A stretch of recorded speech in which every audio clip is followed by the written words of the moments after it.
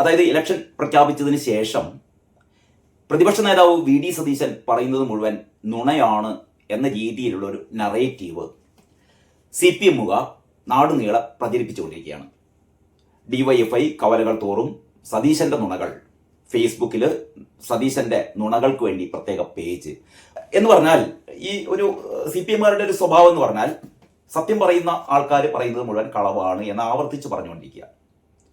ആവർത്തിച്ച് പറയുകയാണ് ഒരു സംഭവം കളവാണ് കളവാണ് കളവാണ് കളവാണ് കളവാണ് എന്ന് പറഞ്ഞു കഴിഞ്ഞാൽ, 1000 തവണ പറഞ്ഞു കഴിഞ്ഞാൽ ആൾക്കാർ, ഇത് കേൾക്കുന്ന ആൾക്കാർക്ക് സ്വാഭാവികമായും അവർ വിചാരിക്കും ശരി അത് കള്ളത്തരമാണ് എന്ന്. അത്തരത്തിൽപ്പെട്ട ഒരു ഗീബൽസിയൻ തിയറിയാണ് CPM പ്രധാനമായും ഈ തിരഞ്ഞെടുപ്പിൽ പ്രയോഗിക്കുന്നത്.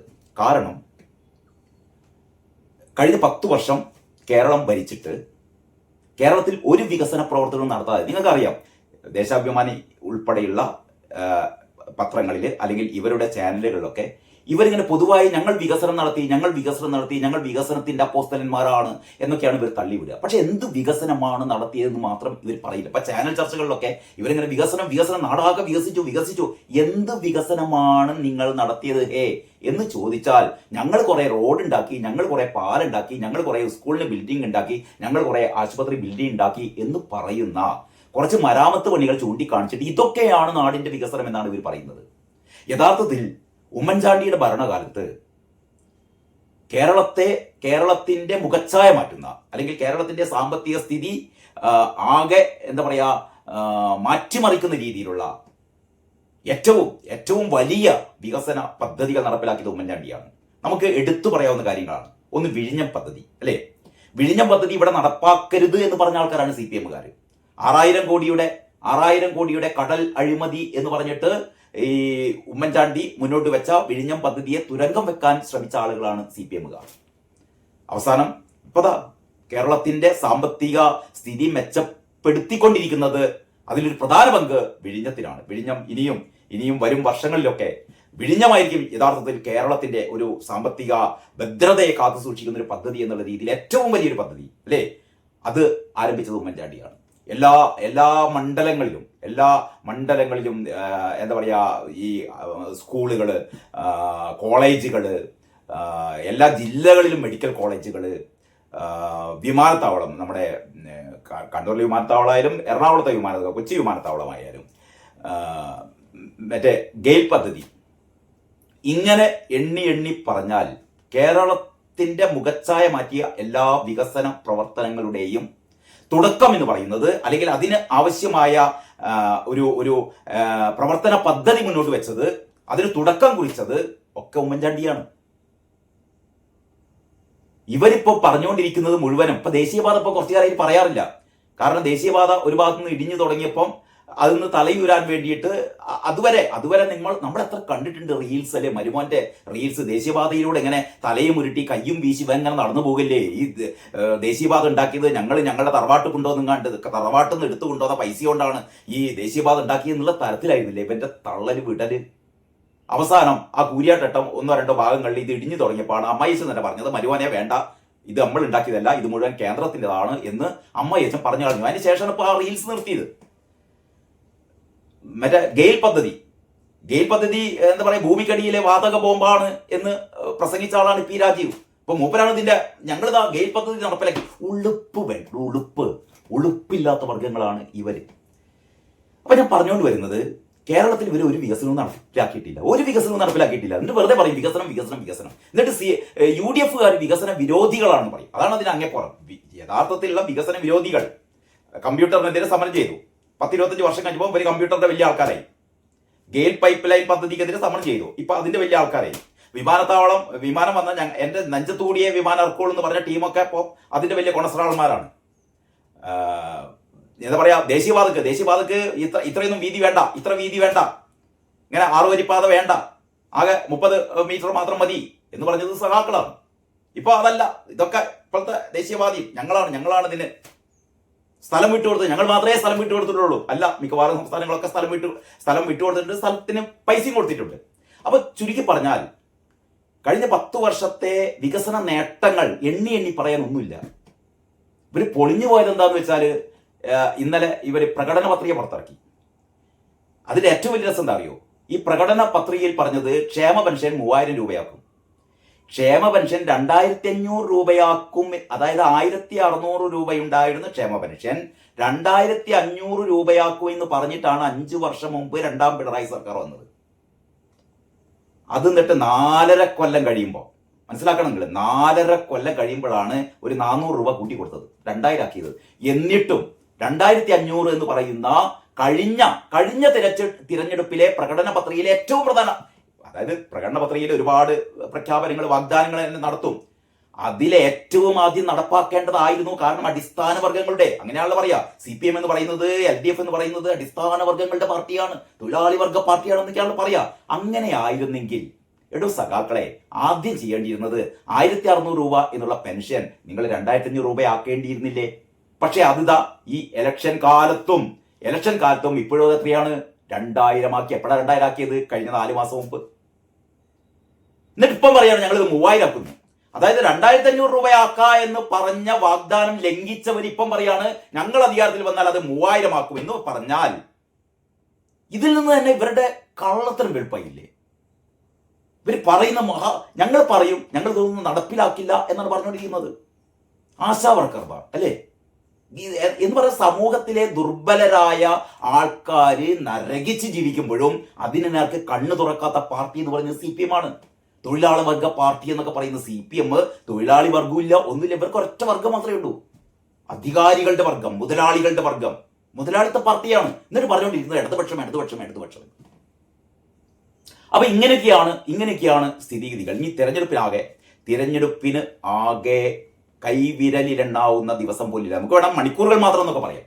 ആ രീതിയിലേക്ക് വോട്ടെടുപ്പിനുള്ള ദിവസങ്ങൾ ആഗതമായിക്കൊണ്ടിരിക്കുകയാണ്. ഓരോ ദിവസവും ഇവർ നടത്തിക്കൊണ്ടിരിക്കുന്ന പൊറാട്ട് നാടകങ്ങൾ, തെണ്ടിത്തരങ്ങൾ. നമ്മൾ വടകരയില് കാഫിർ സ്ക്രീൻഷോട്ട് അല്ലെ, ഷാഫി പറമ്പിൽ എന്ന് പറയുന്ന ചെറുപ്പക്കാരനെ കരിവാരി തേക്കാൻ വേണ്ടിയിട്ട്, ഷാഫി പറമ്പിൽ ഏറ്റവും വലിയ വർഗീയവാദിയാണ് എന്ന് വരുത്തി തീർക്കാൻ വേണ്ടിയിട്ട് ഇവരുണ്ടാക്കിയ ഒരു സ്ക്രീൻഷോട്ട് ആയിരുന്നു എന്താണ്? കാഫിർ സ്ക്രീൻഷോട്ട്. അതായത് 5 നേരം നിസ്കരിക്കുന്ന ദീനിയായ ചെറുപ്പക്കാരന് നിങ്ങൾ വോട്ട് ചെയ്യണം, കാഫിറായ മറ്റേ എതിർ സ്ഥാനാർത്ഥിക്ക് വോട്ട് ചെയ്യരുത് എന്ന് പറഞ്ഞാൽ ടീച്ചർ അമ്മക്ക് വോട്ട് ചെയ്യരുത്, ടീച്ചർ അമ്മ കാഫിറാണ്, നിങ്ങൾ വോട്ട് ചെയ്യേണ്ടത് 5 നേരം നിസ്കരിക്കുന്ന നമ്മുടെ സമുദായത്തിലെ ആൾക്കാണ് എന്ന് പറഞ്ഞിട്ടൊരു സ്ക്രീൻഷോട്ട്. ഇതാരാ പുറത്തിറക്കിയത്? അവസാനം അന്വേഷിച്ച് ചെന്നപ്പം റബേഷ് എന്ന് പറയുന്ന DYFI സഖാവാണ് ആദ്യമായിട്ട് ഇത് അപ്ലോഡ് ചെയ്തത്. അപ്പോഴും ഇത് ആരാണ് ഉണ്ടാക്കിയതെന്ന്, ആദ്യം അപ്ലോഡ് ചെയ്ത ഒരാളെ കിട്ടിയെന്ന് പറഞ്ഞാൽ പിന്നെ ഉണ്ടാക്കിയ ആരാണെന്ന് അന്വേഷിക്കാൻ വലിയ ബുദ്ധിമുട്ടൊന്നുമില്ല. പക്ഷെ അതോടുകൂടി അന്വേഷണം നിർത്തി എന്ന് പറഞ്ഞാൽ ഇവർക്ക് മനസ്സിലായി ഉണ്ടാക്കിയത് സഖാക്കളാണ്. അശ്ലീല ഫോട്ടോകൾ, അശ്ലീല വീഡിയോകൾ ഒക്കെ ഇറക്കി എന്നാണ് ശൈലജ നാടുനീളെ പ്രസംഗിച്ചത്. ഓ, എന്റെ അശ്ലീല വീഡിയോ ഉണ്ടാക്കി, എന്റെ അശ്ലീല ഫോട്ടോ ഇറക്കി. എവിടെ? ഒന്നുമില്ലാന്നേ. വെറുതെ എന്ന് പറഞ്ഞാൽ എതിരാളികളെ രാഷ്ട്രീയം പറഞ്ഞ്, അങ്ങനെയാണല്ലോ നമ്മൾ തെരഞ്ഞെടുപ്പിലെ രാഷ്ട്രീയം പറഞ്ഞിട്ട് എതിരാളികളെ നമ്മൾ എന്ത് ചെയ്യണം? പ്രതിരോധിക്കണം. എതിരാളികളെ ആക്രമിക്കേണ്ടത് രാഷ്ട്രീയം പറഞ്ഞിട്ടാണ്. നമുക്കൊരു രാഷ്ട്രീയ നിലപാട് വേണം. CPM ഒരു രാഷ്ട്രീയ നിലപാടില്ല, ഒരു പുല്ലില്ല, ഒരു പുണ്ണാക്കില്ല. ആകുള്ളത് എന്താണ്? വർഗീയത പറയുക. വർഗീയത പറഞ്ഞിട്ട് ഇവിടെ വർഗീയ ധ്രുവീകരണം നടത്തുക. അങ്ങനെയാണ് വടകരയിൽ ടീച്ചറമ്മ 1,15,000 വോട്ടിനാണ് ടീച്ചറമ്മ തോറ്റുപോയത്. തോറ്റ് നാണം കെട്ടുപോയി. ഷാഫി പറമ്പിൽ ആ രീതിയിലുള്ള വിജയം നേടി. കാരണം ഷാഫി പറമ്പിലൊക്കെ വർഗീയവാദി എന്ന് സ്ഥാപിക്കാൻ വേണ്ടിയിട്ട് ഇവർ നടത്തിയ ശ്രമം, അതാണ് സ്ക്രീൻഷോട്ട് വിവാദം അല്ലേ? ഇപ്പതാ അതിന്റെ ഒരു പകർപ്പ് പേരാമ്പ്രയിൽ മത്സരിക്കുന്നത് LDFന്റെ കൺവീനറാണ് TP രാമകൃഷ്ണൻ. വലിയ സഖാവാണ്, മൂത്ത സഖാവാണ്, വലിയ ആദർശ ധീരനൊക്കെയാണ് കേട്ടോ. ഇപ്പം അവിടെ എതിർ സ്ഥാനാർത്ഥി യുവത്വത്തിന്റെ പ്രസരിപ്പാർന്ന യുവത്വത്തിന്റെ അവിടെ വടകരയിലെ ഷാഫി പറമ്പിലായിരുന്നു പാർലമെന്റിൽ മത്സരിച്ചതെങ്കിൽ ഇവിടെ നിയമസഭാ തെരഞ്ഞെടുപ്പിൽ പേരാമ്പ്രയിൽ മത്സരിക്കുന്നത് ഫാത്തിമ തഹലിയയാണ്. മുസ്ലിം ലീഗിന്റെ കരുത്തയായ എന്താ പറയാ യുവ നേതാവ് ഫാത്തിമ തഹലിയ പേരാമ്പ്ര മത്സരിക്കുമ്പോൾ കഴിഞ്ഞ തവണ എനിക്ക് തോന്നുന്നു ഏതാണ്ട് 20,000 വോട്ടിന്റെ ഭൂരിപക്ഷത്തിനാണ് TP രാമകൃഷ്ണൻ ജയിക്കുന്നത് കേട്ടോ. ഇപ്പതാ ആ ഫീൽഡിൽ നിന്നുള്ള റിപ്പോർട്ട് എന്ന് പറഞ്ഞാൽ ഫാത്തിമ തഹലിയ ജയത്തോടടുക്കുകയാണ്. ജനങ്ങൾ മുഴുവൻ അവരോടൊപ്പമാണ്. അപ്പോഴാണ് ഫാത്തിമ തഹലിയയെ നശിപ്പിക്കണം. ഇതിനു വേണ്ടിയിട്ട് ഇവരൊരു മൈക്ക് കെട്ടി വാഹന പ്രചാരണ ജാഥ. എന്നിട്ട് അതിൽ പറയുന്നത് എന്താ വെച്ചാൽ ഞങ്ങളുടെ കൗമിയിൽപ്പെട്ട എന്ന് പറഞ്ഞാൽ ഞങ്ങളുടെ സമുദായത്തിൽപ്പെട്ട കുട്ടിക്കാണ് വോട്ട് ചെയ്യേണ്ടത് എന്ന് ലീഗുകാർ പറഞ്ഞു നടക്കുന്നു. മുസ്ലിം ലീഗുകാർ വർഗീയ പ്രീണനം നടത്തുന്നു, വർഗീയ വേർതിരിവ് ഉണ്ടാക്കുന്നു, ഞങ്ങളുടെ സമുദായത്തിൽപ്പെട്ട കുട്ടിക്ക് വോട്ട് ചെയ്യണമെന്ന് പറയുന്നു, അതുകൊണ്ട് നമ്മളതിനെ ആ കാര്യങ്ങളൊക്കെ നമ്മൾ മനസ്സിലാക്കണം, നമ്മൾ മതേതരന്മാരാണ്, അങ്ങനെ ലീഗ് നടത്തുന്ന ഇത്തരത്തിലുള്ള വർഗീയ പ്രീണനം നമ്മൾ മനസ്സിലാക്കണം എന്നൊക്കെ പറഞ്ഞാണ്ട് ഒരു മൈക്ക് പ്രചാരണം. ലീഗുകാർ അങ്ങനെ ഒരു പ്രചാരണം നടത്തിയിട്ടില്ലാന്നേ. ലീഗുകാർ നമ്മളെ എന്താ പറയാ, കൗമിയിൽപ്പെട്ട അല്ലെങ്കിൽ നമ്മുടെ സമുദായത്തിൽപ്പെട്ട ഫാത്തിമ തഹലിയേക്കാണ് നിങ്ങൾ വോട്ട് ചെയ്യേണ്ടത് എന്നൊന്നും പറഞ്ഞ് പരത്തുന്നില്ല. ഇവരുണ്ടാക്കുകയാണ്. എന്ന് പറഞ്ഞാൽ പേരാമ്പ്രയിലെ ഒരു വർഗീയ എന്ന് പറഞ്ഞാൽ പേരാമ്പ്രയിലെ ആവള ആ ഭാഗത്തൊക്കെയാണ് ഈ ബൈക്ക് കെട്ടി പ്രചാരണം നടത്തുന്നത്. അവിടെ ഹൈന്ദവ ഭൂരിപക്ഷമുള്ള സ്ഥലമാണ്. എന്ന് പറഞ്ഞാൽ മുസ്ലിം പെൺകുട്ടിക്ക് വോട്ട് ചെയ്യണമെന്ന് മുസ്ലിം വിഭാഗക്കാരോടൊക്കെ പറയുന്നു. എന്നാ പിന്നെ നമ്മൾ ടി രാമകൃഷ്ണനെ നമ്മൾ ഹിന്ദുക്കൾ ജയിപ്പിച്ചു കൊടുക്കണ്ടേ എന്ന് പറയുന്ന ഒരു വർഗീയ ധ്രുവീകരണം ഉണ്ടാക്കാൻ വേണ്ടി ശ്രമിച്ചുകൊണ്ടിരിക്കുന്ന അത്തക്രതരാണ് അല്ലേ, അധമരാണ് CPM-കാർ. അവസാനത്തെ ടി രാമകൃഷ്ണൻ ഇപ്പോൾ ഇലക്ഷൻ കമ്മിറ്റിന് നോട്ടീസ് അയച്ചിരിക്കുകയാണ്. ടി രാമകൃഷ്ണൻ പറഞ്ഞു, അത് അന്വേഷിക്കട്ടെ. ഇവന്റെ പ്രചരണ വാഹനത്തിലാണ്. ഇവന്റെ പ്രചരണ വാഹനത്തിൽ വെറുതെ വിളിച്ചു പറയല്ല, ഏതൊരാൾ വിളിച്ചു പറഞ്ഞതല്ല, ഇത് ശരിക്കും റെക്കോർഡ് ചെയ്ത ഒരു സ്റ്റുഡിയോയിൽ വെച്ചിട്ട് റെക്കോർഡ് ചെയ്തത് ഏതൊരു മൂത്ത സഖാവാണെന്ന് പറയുന്നത്, സഖാവിന്റെ വോയിസ്. എന്നിട്ട് ഇവരുടെ പ്രചരണ വാഹനത്തിൽ ഇതിങ്ങനെ അനൗൺസ് ചെയ്ത് പോവുകയാണ്. അപ്പോഴാണ് പറയുന്നത് ഞങ്ങളറിയില്ല. ഇതിനൊക്കെ കണക്ക് തീർക്കാൻ വേണ്ടി പോവുകയാണ് ഇവിടുത്തെ വോട്ടർമാർ. എന്ന് പറഞ്ഞാൽ ഇത്രയും ദുഷിച്ചു നാറിയ ഒരു ഭരണം ഇനി വേണ്ട എന്നുള്ള രീതിയിലാണ് ഈ ഫീൽഡിൽ നിന്നൊക്കെ കിട്ടിയ റിപ്പോർട്ട്. പക്ഷെ അതിനെ മറികടക്കാൻ വേണ്ടിയിട്ട് നമ്മുടെ പത്രങ്ങൾ നടത്തിക്കൊണ്ടിരിക്കുന്ന സർവേകളൊക്കെ വേണ്ടിയിട്ട് ഇന്നത്തെ മാതൃഭൂമിയിൽ അവരുടെ രണ്ടാം ഘട്ട സർവേ പറയുന്നത് എന്താ അറിയോ? LDF-നാണ് മേൽക്കൈ എന്ന് പറയുന്നത്. LDF-നാണ് മേൽക്കൈ എന്ന് പറയുന്ന ഒരു വാർത്തയാണ് മാതൃഭൂമി പത്രം കൊടുത്തത്. കടുത്ത പോരാട്ടം. മാതൃഭൂമി കോർ സർവേ രണ്ടാം ഭാഗം 35 മണ്ഡലങ്ങൾ ആകെ ഫലം വന്ന് അങ്ങനെ 70 ഇന്നലെയും ഇന്നുമായിട്ട് 70 മണ്ഡലങ്ങളിലെ ഒരു സർവേ റിപ്പോർട്ടാണ് പറയുന്നത്. LDF 34, UDF 33 എന്നാണ് ഇവർ പറയുന്നത്. LDF 34, UDF 33. കടുത്ത പോരാട്ടം നടക്കുന്നത് 3 സ്ഥലങ്ങൾ. എന്ന് പറഞ്ഞാൽ ഇഞ്ചോടിഞ്ച് മത്സരം. അതിൽ LDF-നാണ് മേൽക്കൈ എന്ന് മാതൃഭൂമി പത്രം പറഞ്ഞു വെക്കുന്നു. കഴിഞ്ഞ ദിവസം മനോരമ പത്രം നടത്തത് ഏതാണ്ട് ഇഞ്ചോടിഞ്ച് തന്നെയാണ്. പക്ഷെ അതിന് മേൽക്കൈ UDF-നാണെന്നാണ് മനോരമ പറയുന്നത്. കാരണം പത്രങ്ങൾക്ക് മുഴുവൻ ഇന്നേ വരെ ഇല്ലാത്ത രീതിയിലുള്ള കോടികളുടെ പരസ്യം, വലിയ ഹോർഡിങ്ങൾ. നിങ്ങൾ നമ്മുടെ നഗരങ്ങളിലൂടെ കാണുന്ന ആകാശത്തേക്ക് നോക്കിക്കഴിഞ്ഞാൽ കാണുന്ന മുഴുവനും കാരണബോധത്തിന്റെ തലയാണ്. നിങ്ങൾ എപ്പോഴെങ്കിലും കണ്ടിട്ടുണ്ടോ? CPM-ന്റെ ഇത്തരത്തിലുള്ള പ്രചാരണ ബോർഡുകളിൽ അവരുടെ ഒരു എന്താ പറയുക, അവരുടെ ഒരു നേതാവിന്റെ പടം നിങ്ങൾ എപ്പോഴെങ്കിലും EMS നമ്പൂതിരിപ്പാടിന്റെ പടം കണ്ടിട്ടുണ്ടോ? അല്ലെങ്കിൽ AKGയുടെ പടം കണ്ടിട്ടുണ്ടോ? അല്ലെങ്കിൽ നായനാരുടെ പടം കണ്ടിട്ടുണ്ടോ? VS അച്യുതാനന്ദന്റെ പടം ഇതേപോലെ കണ്ടിട്ടുണ്ടോ? അതായത് വ്യക്തി അധിഷ്ഠിതമല്ല, ഞങ്ങൾ ആദർശങ്ങളുടെ പേരിലാണ്, ഞങ്ങൾ നയങ്ങളുടെ പേരിലാണ് എന്നൊക്കെയാണ് ഇവർ പറയുക. പക്ഷേ പിണറായി വിജയൻ വരുമ്പോൾ അതൊക്കെ മാറുന്നു. പാർട്ടി എന്ന് പറഞ്ഞാൽ പിണറായി വിജയനാണ്. ഏതായാലും നല്ല കാര്യമാണ്. കാരണം തോറ്റമ്പുമ്പം ഇതിന്റെയൊക്കെ കാരണഭൂതം പിണറായി വിജയനാണ് എന്നുള്ളത് ഈ അന്തംകമ്പികൾ മനസ്സിലാക്കും. തെരുവ് തോറും 6000 ബോർഡുകളാണത്രേ. 21 കോടി രൂപ ചെലവാക്കിയിട്ട് ഇവിടെ കാസർഗോഡ് മുതൽ തിരുവനന്തപുരം വരെ നഗരങ്ങളിൽ മുഴുവൻ 6000-ഓളം കൂറ്റൻ ബോർഡുകൾ. ഇവിടെ തിരഞ്ഞു നോക്കിയാലും പിണറായിയുടെ ഈ കാരണഭൂതത്തിന്റെ തല മാത്രമാണ്. എന്നിട്ടുള്ള തള്ളലുകൾ മുഴുവൻ കള്ളത്തരങ്ങൾ. പക്ഷെ ഇവരൊന്നും അറിയാത്തൊരു കാര്യം, പഴയ പോലെയല്ല, ജനങ്ങളെല്ലാം മനസ്സിലാക്കുന്നുണ്ട്. കുറെ അന്തംകമ്മികൾ അവരുടെ സ്വാർത്ഥ ലാഭത്തിന് വേണ്ടിയിട്ട്, പിന്നെ കുറെ എന്താ പറയാ, അവരുടെ എന്താ പറയാ, അവർക്ക് ഈ അന്തംകമ്മികളുടെ കൂടെ നിന്നാൽ മാത്രമേ എന്തെങ്കിലും നേട്ടങ്ങൾ ഉണ്ടാവുള്ളൂ എന്ന് വിചാരിക്കുന്ന ഒരു വിഭാഗം ആൾക്കാർ. അവരല്ലാതെ സാധാരണ ഒരു തെരഞ്ഞെടുപ്പിൽ ജയം പരാജയം നിശ്ചയിക്കുന്നത് ഇവിടുത്തെ നിഷ്പക്ഷരായ ആൾക്കാരാണ്. അങ്ങനെ ഒരു 10-15% ആൾക്കാരുണ്ട്, അവരാണ് തീരുമാനിക്കുന്നത്. അല്ലാതെ ഒരു CPM-നെ സംബന്ധിച്ചിടത്തോളം അവർക്ക് 25% അല്ലെങ്കിൽ 30% അവരുടേതായ കേഡർ വോട്ടുകളുണ്ട്. അവരെന്ത് തോന്നിയാസം ചെയ്താലും, അവരെന്ത് തെണ്ടിത്തരം ചെയ്താലും അവർക്കേ വോട്ട് ചെയ്യും. ഒരുപക്ഷെ കോൺഗ്രസിനും BJP-ക്കും ഒക്കെ അത്തരത്തിലുള്ള ഒരു വോട്ട് ബേസ് ഉണ്ട്. പക്ഷെ ഇതൊന്നുമല്ലാതെ ഇതൊന്നിലേക്ക് ഒരുപക്ഷെ പുറമെ ഒരു CPM-കാരനാവും, പുറമെ ഒരു BJP-കാരനാവും, പുറമെ ഒരു കോൺഗ്രസ്സുകാരനാവും. പക്ഷെ അവന്റെ ഉള്ളിൽ വ്യക്തമായ ബോധ്യമുണ്ടോ അടുത്ത തവണ ആരാണ് അധികാരത്തിലെത്തേണ്ടത്.